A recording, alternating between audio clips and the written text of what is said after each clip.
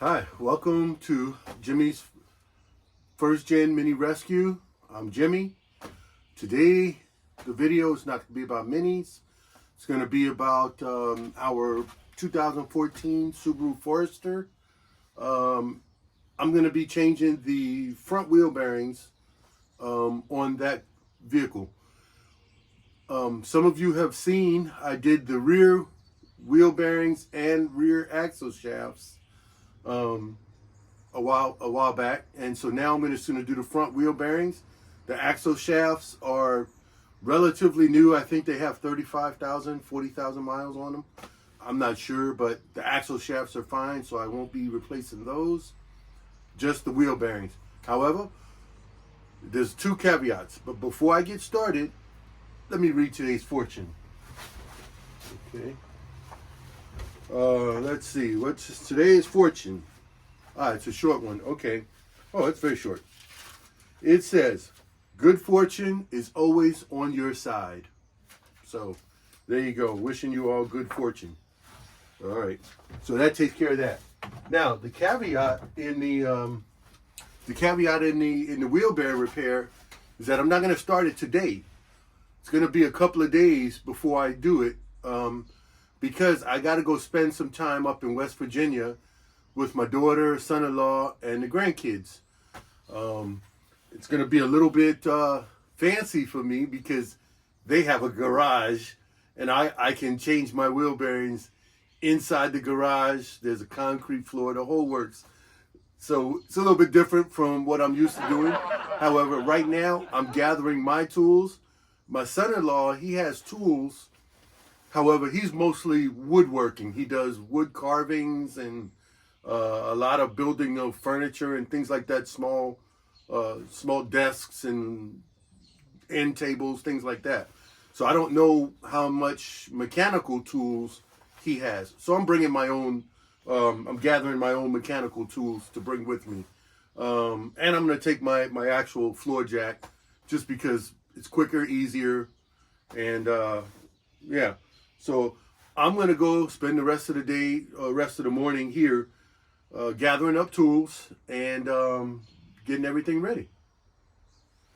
Like I said in the opening part of this video, I'm now in West Virginia at our daughter and son-in-law's home. They went to the store. My son-in-law and the grandkids went to the store. So I think I'm going to take that time to change this first wheel bearing on the driver's side.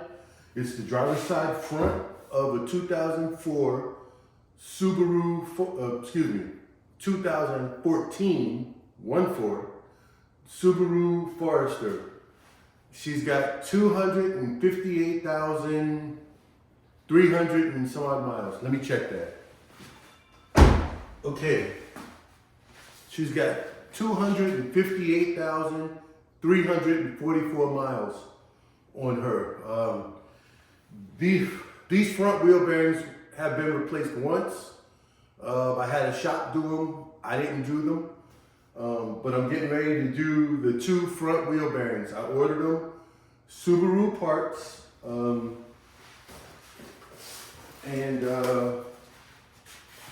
This part number is 28373FG000.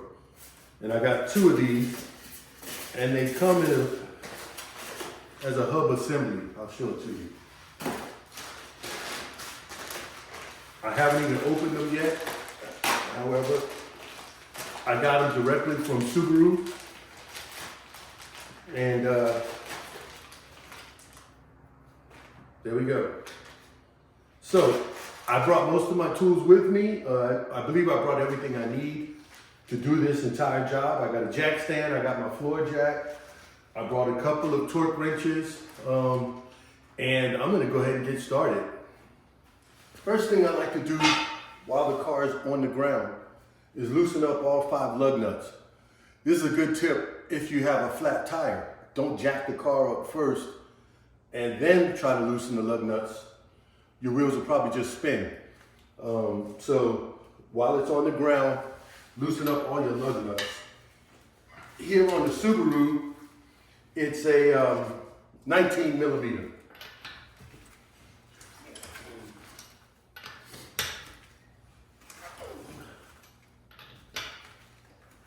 don't take them all the way off, just loosen them.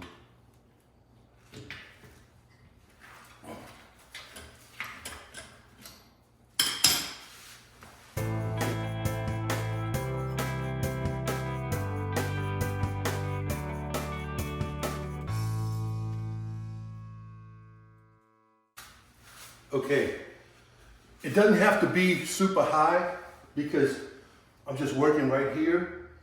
It's on the jack stand. I do have the jack close but not touching yet.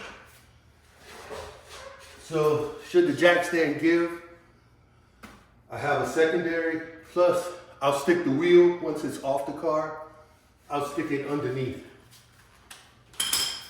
Let's see.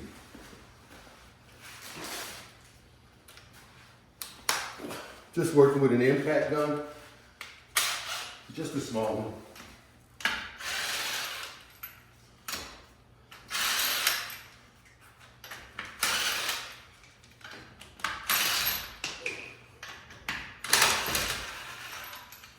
All right, put those out of the way. Remove the wheel.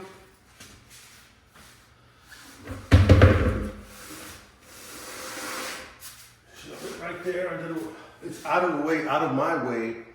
However, if both of these systems fail, it's gonna land on that rim, scratch it up, terrible. I'm not gonna die.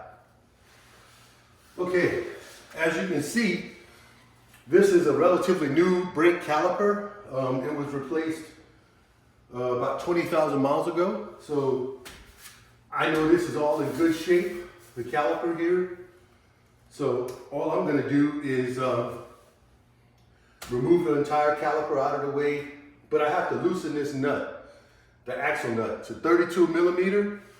There's a couple of ways to do it. The first thing I'm gonna try is to unstake it and then spin it off with a car and park and a screwdriver in between to block it. Let's see, I do have a hammer.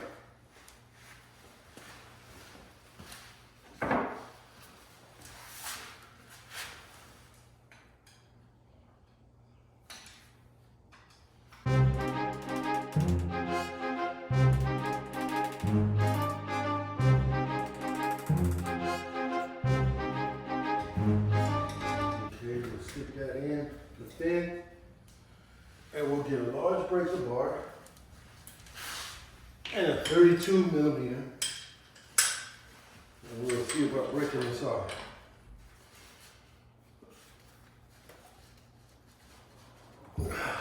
Yes.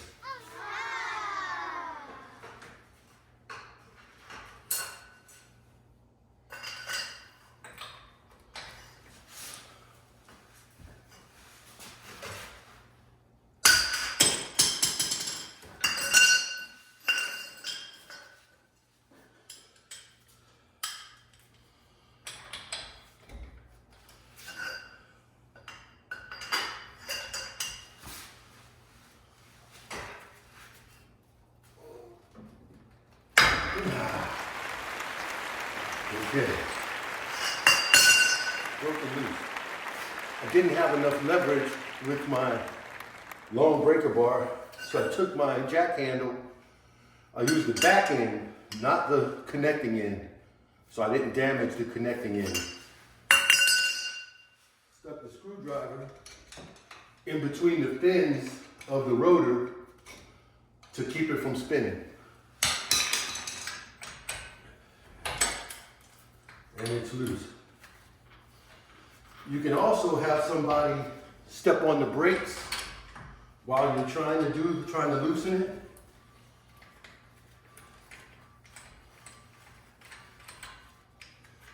I'm not gonna completely remove it. However, I just loosened it up, and I'm gonna leave the nut on there, and pushing it lets me know my axle is loose. Okay, so now to take, let's see if I can get you guys inside. Okay, right now you guys are looking at the back of the brakes here. This is the axle shaft coming in from the back. There's a bolt up here, right there, and there's one down right below, right here, that I got to take off. These are 17s, and that would allow me to take the brakes and the caliper off at the same time, the bracket and the caliper at the same time. So I'm gonna try to get that done. See if I can put you in there. Okay, this one is the top one up here. You see, I'm gonna break it loose with a box end, and then I'm gonna get it out with a socket here. Ah, good.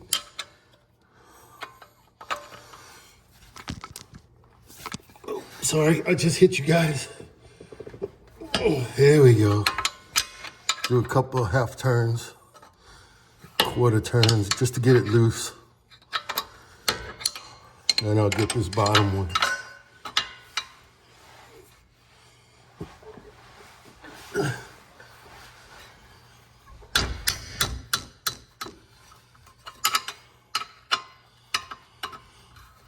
All right, so these are both loose. Now I know the car is in park and it's on the emergency brake, so it's fine. The front brake is not being used. So I should be able to squeeze this out of the way a little. There we go. I just gotta deep this, so I might have to just do this all manually with a wrench.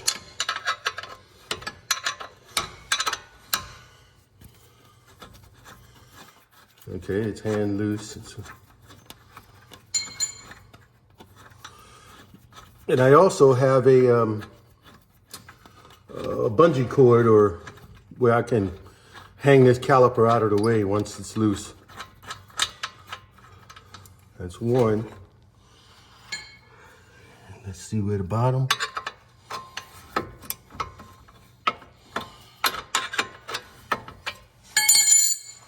Okay. Let's see. Probably do this with a ratchet. The bottom one, I can reach it with a ratchet.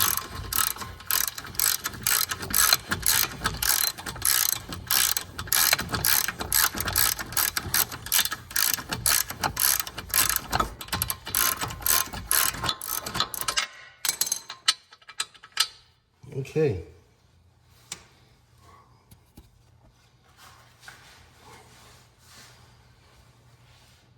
That's two bolts out of the way.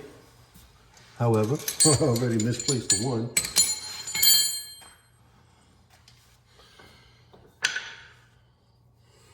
And we'll just remove the whole brake and bracket. There we go. And I'll sit this here temporary and get my bungee cord and stick it out of the way.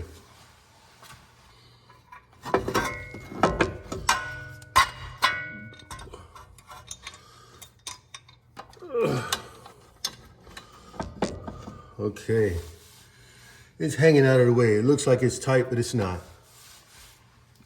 Okay. So we have the brakes, I'm blinding you, hanging out of the way. Now I can remove the rotor. Okay, to remove the rotor, I just got to take the nut, axle nut off, and then it should sort of slide out with the brake dust bracket. So, axle nut.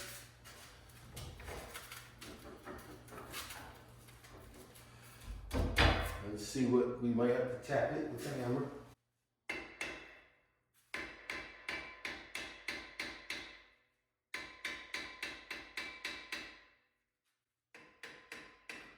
There we go.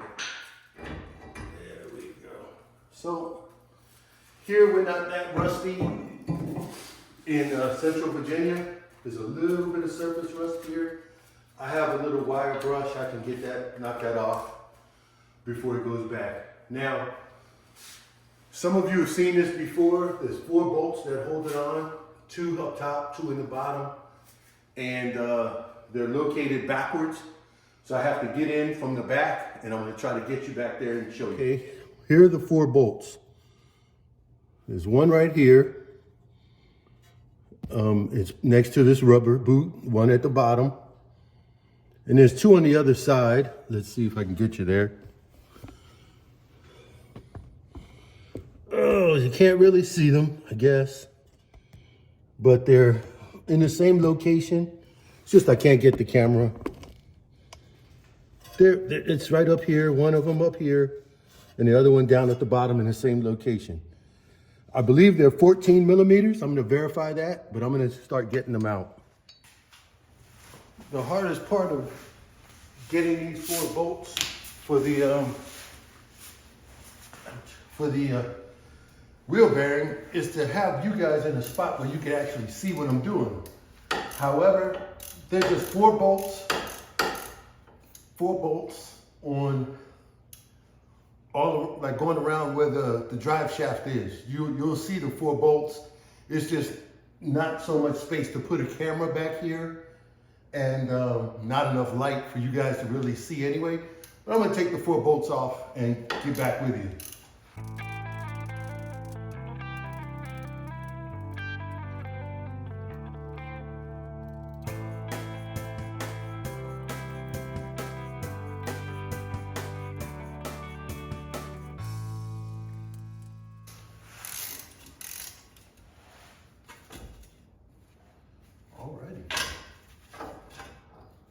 We're ready for Chesterfield, Virginia.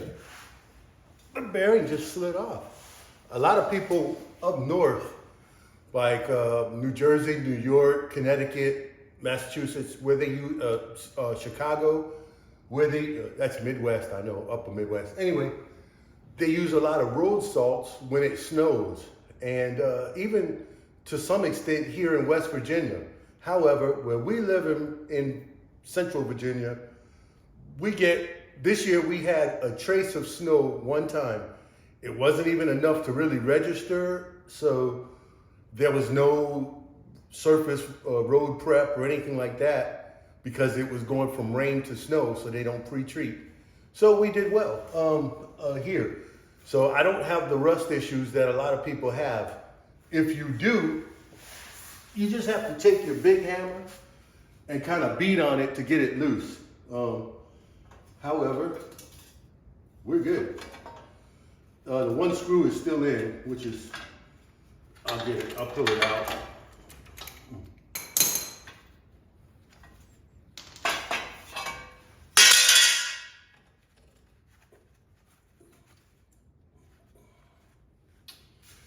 Oh, just poke it through with something. Just use this, poke it through.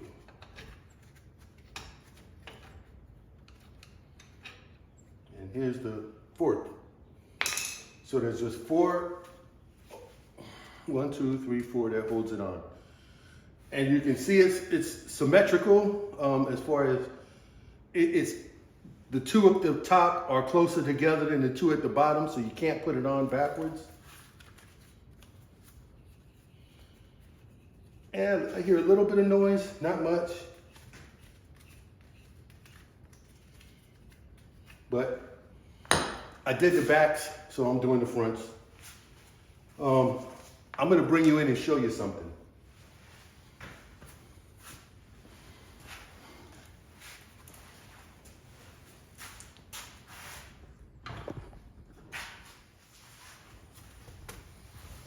Now, there's that black dot right here. I'm trying to get the light. But there's a black thing right here. It's right opposite this cable. That's your wheel speed sensor. You don't want to break that. So don't pull on the shaft. If your bearing is stuck, you don't want to pull on this shaft. If you have to, you take I think it's a 10 millimeter. And there's a bolt right there. You take that bolt loose off and you wiggle this out first. and then you remove it and just let it dangle, and then you pull your shaft or try to get your bearing off. But you don't want to break that, or else you'll end up replacing that speed sensor. Okay, let me get you in here and show you what I got. Okay, the only thing you missed is I took a wire brush. Let me show you here. Took a little wire brush, cleaned off the mating surface. Like I said, in our case, it's not that bad. What we have is very smooth, very nice. I added just a tiny bit of anti-seize on the splines here. Some people do that, some people don't. I prefer to do it. It helps get the bearings to slide off the next time you have to replace them. Again, here's the old bearing, and here's the new bearing. Certain things I buy Subaru parts, and this is one of them. The bearings are Subaru parts. I don't buy aftermarket wheel bearings or brake calipers. I bought Subaru brake calipers. And the axle shafts, I buy Subaru. I don't buy aftermarket. I did once. They vibrated from day one, and I couldn't wait to get them off of the car. So you think you're gonna be saving some money by getting aftermarket prices on a shaft, and it's just not balanced right or something. The ones I got. What I would even prefer, if I had to and money was an issue, go to a U-Pick-em or a salvage yard. If you need the rear end, find one that was crashed in the front. The rear axle shaft should be fine if the car was crashed in the front. If you need the front, find one that was crashed in the back or the sides, and salvage the axle shafts. That way, you're getting original Subaru parts, and if they totaled the car, it's probably still good. Anyway, so I'm gonna put this back on. I'm gonna try to get you guys maybe a little bit closer. I opened both garage doors to try to get a little bit more light in here. And I got both lights on. Go ahead. I'm really digging this concrete pad. I'm gonna measure out this pad and to see if the Subaru fits, the Mini will fit. And I'm gonna see about getting a pad laid in the backyard by my maintenance shed so that I can do this type of work at home without being on rocks. I could use a creeper. The floor jack works as it's designed, where it slides up and the car doesn't move, the whole works. So yeah, that's gonna be in the works here. I'm gonna borrow my son-in-law's. I didn't bring a tape measure, but he's got one in the basement there. So anyway, let me continue on with this. I'm gonna get you close. I'm trying not to interrupt. This should only take maybe 45 minutes. However, videoing, you stop, you change angles, you try to explain things, so it takes a little bit longer. And then again, too, it depends on how rusty your car is. We have a fairly rust-free, you can look underneath and see. I mean, even the A-arms and all of that stuff under here, it's all pretty much rust-free. And again, this car is a 2014 with 258,344 miles. And it spends most of its life outside. I mean, it's in a garage today, which is, you know, she's living it up, but she lives outside. So anyway, I'm gonna finish this side, and then I'm gonna actually turn the car around and do the passenger side. And so the passenger's wheel will be over here, and I'll have more room to work. Anyway, so I'm gonna get you guys closer, get you guys set up and get you closer, and then get started on reassembly.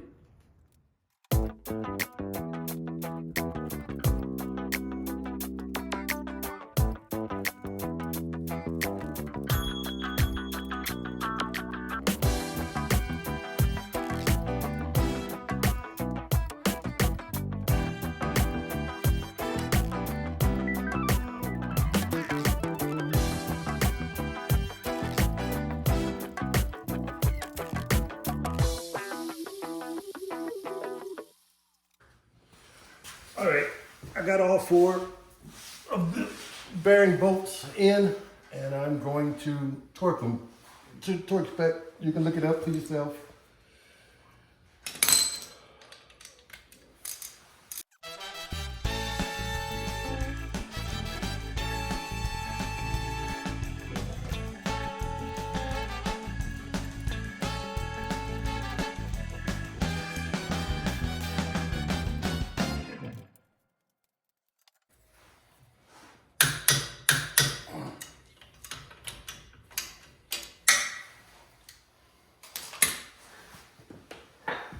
Okay. All 4 bolts are on. I just got the axle nut in there, temporary to hold it, but all 4 are on, the plate's in place. I'm going to put the rotor back on first, then I'll put the brake caliper on, and then I'll torque down the bolt here.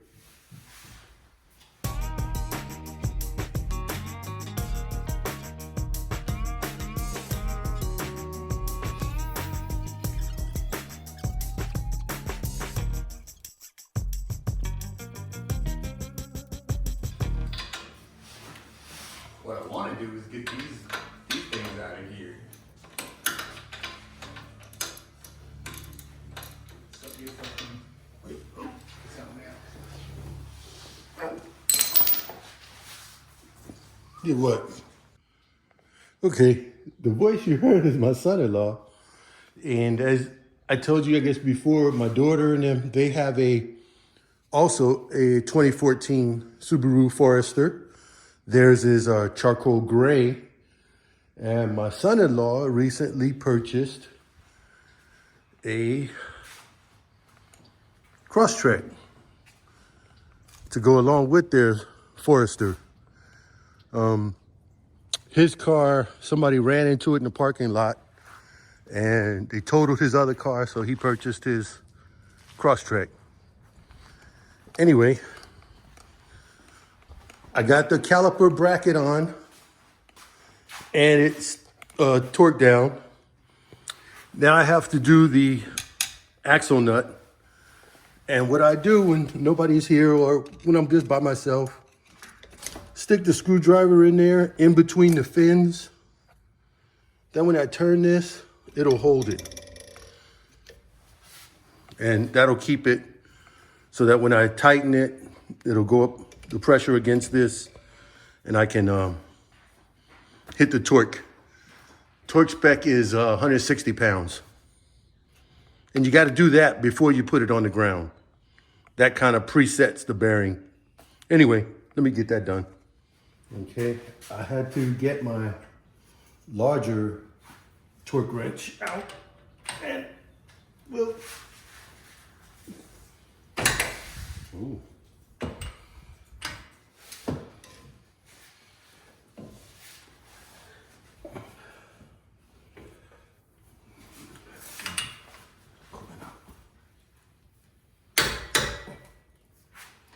There it is. All right. 2 quick ticks, clicks, and she's tight. Good to go. All right. So I got everything done, tightened up. My axle nut is tight, torqued down. Brakes are torqued down. Only thing left is to go ahead and put the tire back on and switch sides.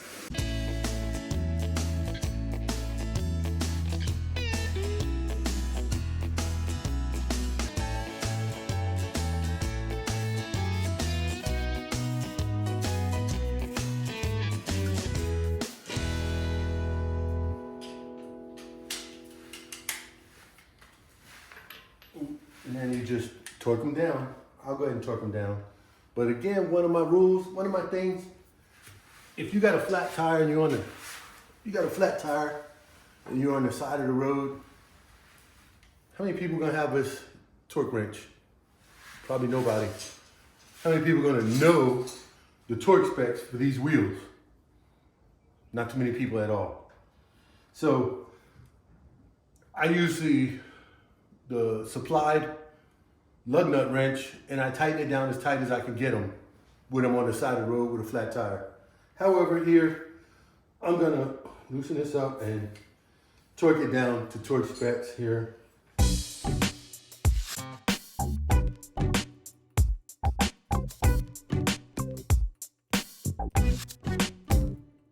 It's all-wheel drive, so since the other wheel is on the ground, the other front wheel, this one just moves a little and it locks in place. However, I'm gonna re-torque it again once I take it off the jacks, which is right now.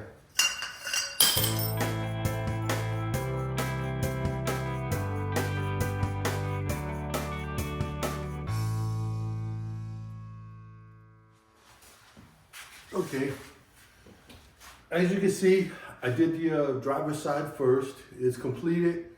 I turned the car around in the driveway, in the parking, in the, what is this, garage, so that I can have more room on the passenger side. It's wide open over there and I'm not working against the wall. So I'm gonna jack the car up, do the same procedure as before.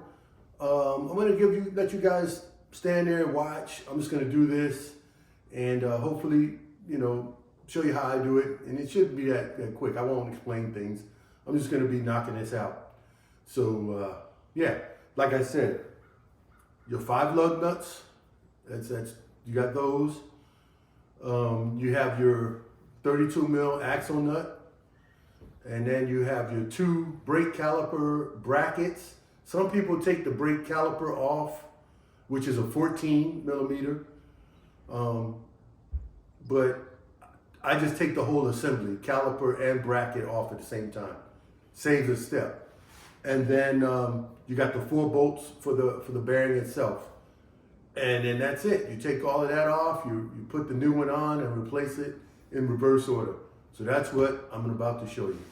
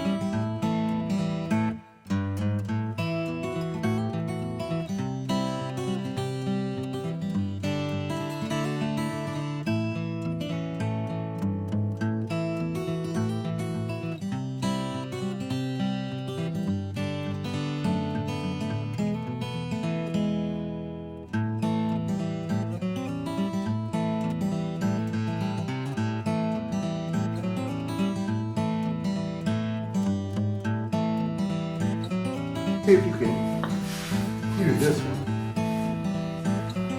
This one's the one I suspected of being bad. Try to be quiet.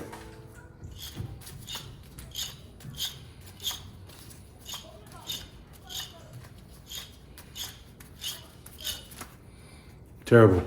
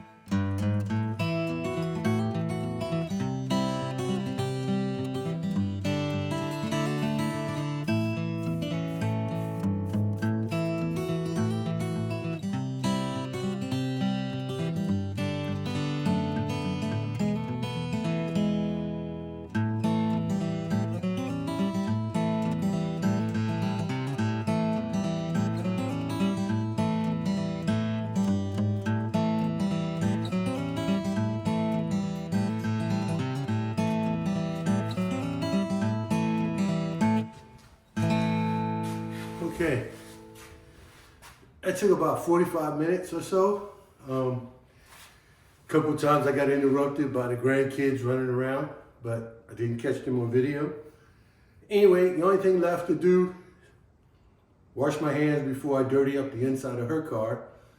Then I'll go take it for a test ride out here in the country. Let me give you guys a little view of where they live in West Virginia.